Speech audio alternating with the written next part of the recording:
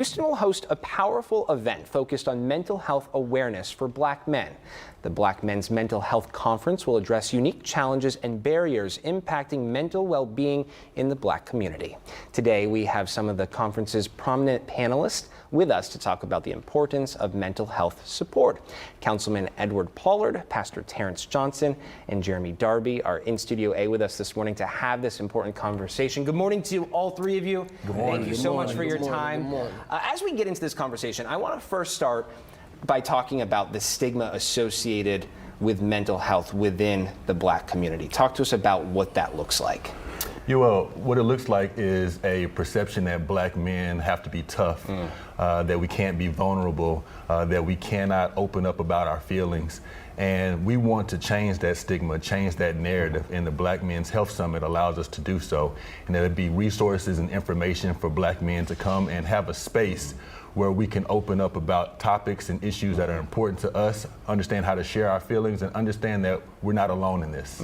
And this certainly is a generational issue, from granddads to dads to young children. And so the focus is on different generations, but particularly the young, and what mental health looks like among young Black men and children. Yeah, so epigenetics is the study of our DNA, and it shows that trauma can be passed down through generations. So now that we know that trauma can be passed down through generations, we need to figure out how we can help each other. And you don't have to be in therapy to be therapeutic.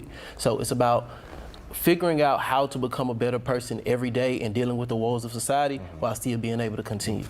Councilman, using your platform as an elected official, talking to your constituents, what does it look like when you have these conversations with young Black men, old Black men, when it comes to mental health? Yeah, my thing is I just want to use my office to be a platform for others, to be able to broaden this conversation, to be able to create spaces where we all can be able to share and be able to talk amongst one another about our own experiences, our own circumstances. We all have a background. We all have things that we go through on a daily basis that we have to try to overcome. And we want to share that with each other to help each other and encourage and support one another in that transition. Yeah, and there's a lot of common ground here, right? Whether it be in politics, whether it be in community, whether it be in religion, coming together, sharing those experiences will certainly open doors for men of all ages. Yeah. And I think one of the things that's very important for brothers to know is okay not to be okay, right? And I think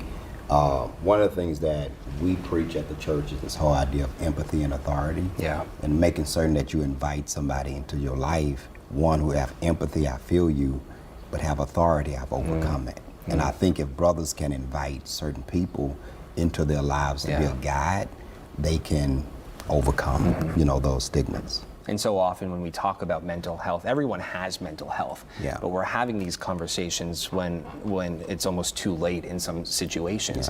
And knowing that people have mental health, it's okay to talk about it, it's okay not to be okay, it's critical. It's critical in these types of situations. For people interested in coming together to join in on this effort, talk to us about when, where, how they can participate. Well, it'll be this Saturday from 10 a.m. to 2 p.m. at Rice University. It'll be at Grand Hall. We all have social media pages. You look it up. We have details on there. You can register on Eventbrite online, but we encourage everyone to come out, young or old. This is an important issue that we really want to ensure that our community has the type of resources and information necessary to really tap into their mental health, their mental stability, and do what we can to improve one another. It takes a community. Thank you so much for coming in this morning and talking about this. We do appreciate it. All right.